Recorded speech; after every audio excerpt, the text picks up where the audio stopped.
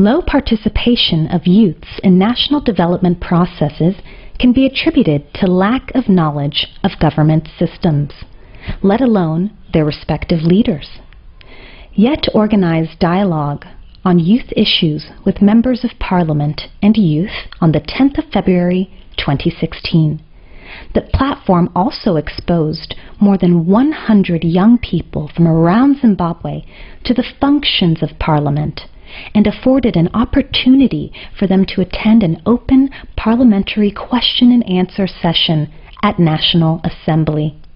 Through dialogue meetings and training, YETT works to build the capacity of youth and youth development stakeholders to be responsive to the needs of the young people.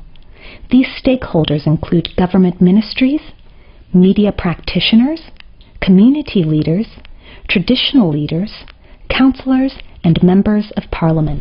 In coming up with this activity, which we dubbed the Youth Dialogue with Policymakers, our objective was primarily, number one, to demystify Parliament, to make young people realize that parliamentarians or policymakers are human like them, and they can also approach them with issues of concern to them. Today has been my first time to be in Parliament.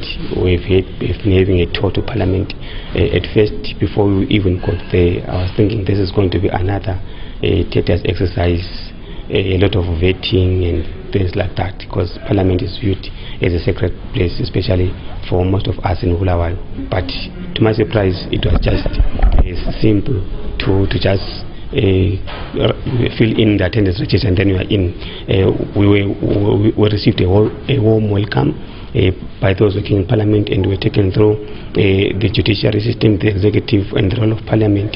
We discovered that this country has a passion for the youth, and the members who work in Parliament, they cogitize the youth to take part in the forthcoming elections and fight for their representation in Parliament. Let's be proud of who we are. So that's patriotism. That's what we want. First and foremost, we may be going to South Africa for our jobs. We may be going to Britain. We may be going to America. But first and foremost, we are Zimbabweans, and we should be proud of being Zimbabweans. You take part in the law-making process like Ramato Intention.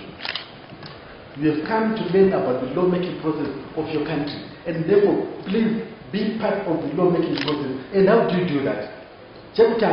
Lingezwa kuthiwa iParliament ile outreach eyenzayo ifuna ukuyahlangana labantu endaweni ethize, noma kuthiwa bahlangana labalimi, noma kuthiwa bahlangana lamakhorokoza, nani bathiwa uyafakela nyezeuthando zemali.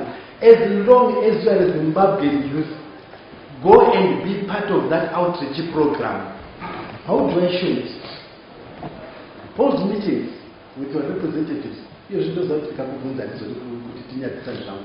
But you can't say, what do you can come no guarantee, but we more than Councillor when you behind, empty when you behind, and then I'm present one day, I will leave it at that. But I'm saying, show interest by knowing all those things because they make you who you are. Part in the election process, whether it's local government or national, please take part, go and register. Take part, because whatever is happening in the country, you should be part of it. It was really a very, very important exposure to be in a position to interact with policymakers, an opportunity that most of young people rarely get, but YETT provided us with that opportunity, and we managed to have a conversation with them and try to see things the way that they are really. Usually when we read news in the newspapers, newspapers have got their own interests that might be far away from the truth. But basically when we got the opportunity to talk with the policymakers, we managed, personally I managed to see how real things are done during and before, during and after the sessions. So I got to appreciate the role that policymakers have, and also the challenges that they are facing, and also the role that I can play as a young person, and also how I can approach them in trying to make sure that issues that affect young people are addressed. I had a very fruitful engagement with young people who are from Chitungeza mainly, and I was encouraged by their interest in political issues and in youth issues. Again, we need to send information out. We need to get more people and encourage young people to read, follow parliamentary proceedings, to actually find out what's going on, what we are debating about and how it's working, so that they can also take advantage of opportunities that come out from the interface in Parliament. We also wanted to provide a platform where young people can express their opinions or react to the 2016 national budget, in as much as it affects young people's livelihoods.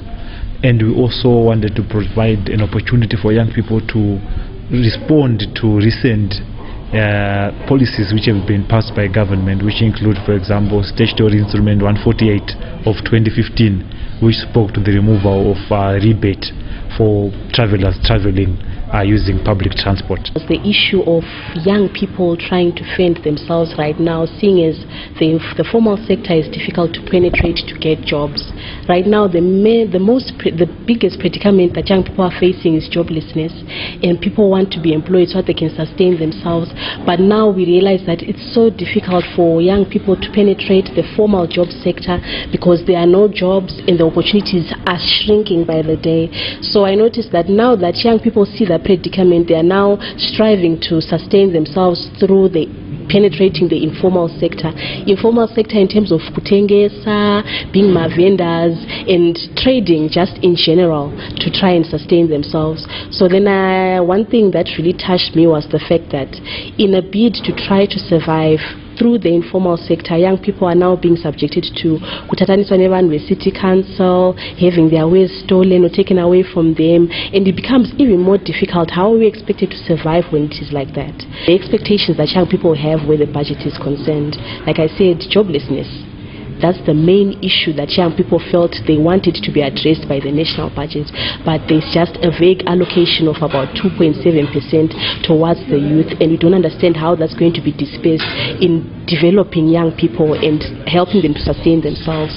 As you know, the country has been going through very difficult times, and in relation to my constituency, it really covers one of those areas which have not been well developed. My constituency comprises of the 5 wards in Sakuba, as well as Ward 10, which is the industrial area. And in regard to specific issues of development which can bring the revenue, it has been very difficult. Actually, Mutare has been going through a lot of challenging times. We find that most of the companies which are operating in Mutare, Karina Textiles, Mutare Board and Paper Mills, they've actually closed down. And as such, to actually come up with specific development projects or development issues which can be beneficial to the youth has been very difficult. In Makonde constituency, I'm including the other very urban areas. We have got land. That area is an agricultural area. So the first important thing is to assist the youth to have access to land. And the other issue is we have got a viable vocational training center. What I have noted in my constituency is that people are taught skills are welding, motor make, and these are they are sort of engineers, operative technicians, whatever. So that way, that's a practical way of dealing with the situation in our case. So those two opportunities, I'm sure I will take the youth a long way. I think key learnings we have noticed as yet is that there is need for us to invest more in knowledge and information dissemination among us young people with regard to the roles and functions of parliament and parliamentarians, because some of the input which was being made by young people made us realize that some of them were not aware of these.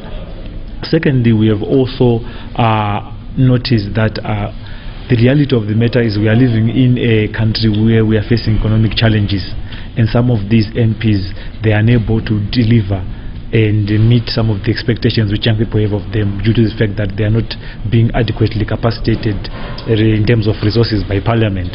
So we also realize that there's need for youth development initiatives like the ones we're having today to also tap into other means of engaging policymakers using, for example, social media and other platforms, whereby we can be able to use less resources or limited resources but achieve high impact. During a networking session between the youth and their parliamentarians, dialogue was opened. Among pertinent issues discussed were the challenges faced, progress rendered, and current work on the ground.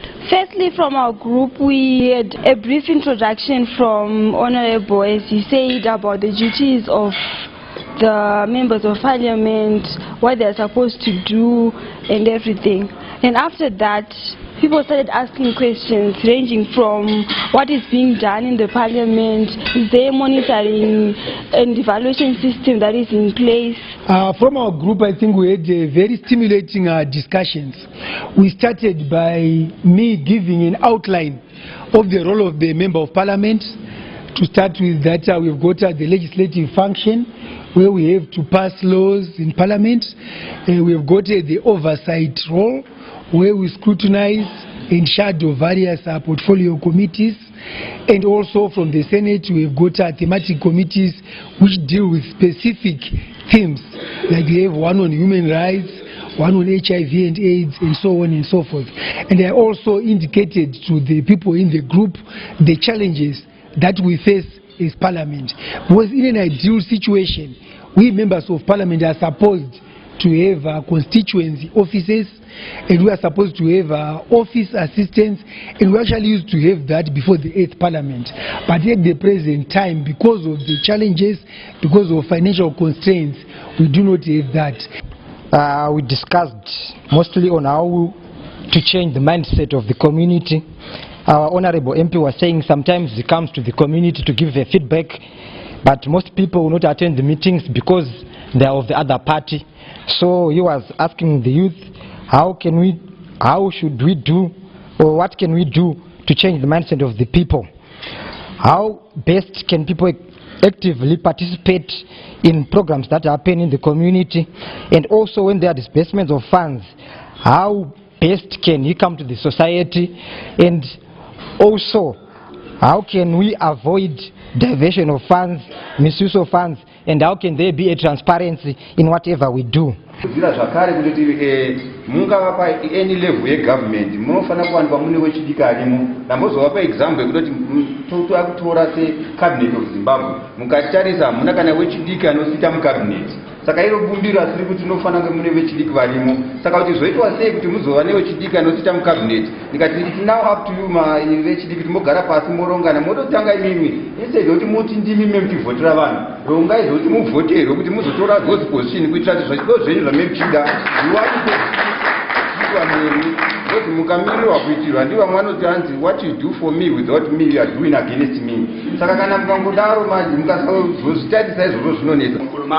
Parliament has agreed that on Saturday we are going to have a platform for the youth, and the is going to organize more youth to be there. Cover that youth are part of the vulnerable groups in the sense that they are from school and they are not employed, and there is no employment. So they qualify in the vulnerable groups. So we discussed how, because of the economic hardships owing to we experience our economic decay in the country. So we felt there's a need to empower our skills through vocational training centers and other institutions like this one. The first issue that we touched was the fact that she mentioned that you cannot say that politics and development do not go hand in glove, because they do. So as young people, we can't separate ourselves and say Truda advocate for just development chete without any involvement in politics, because they are inseparable. So issues of development address and all, but the only channel, if anything, we can use is to also get involved in politics and to get our voices heard if any way. While the Member of Parliament is doing what they can do to reach out and to give feedback and to hear issues from you, you must also reach out to the Member of Parliament. Let's be also that society that looks for the Member of Parliament. You know, you can write letters and give them here at Parliament from the, you know, they can put them in our pigeonholes. Some of us have Facebook accounts because those are the offices that we open because we have no one that talk to us. And also the Hansard, I'm encouraging them to follow proceedings in Parliament, because those things that you see on Wednesdays when we ask questions, they're not the only things we do.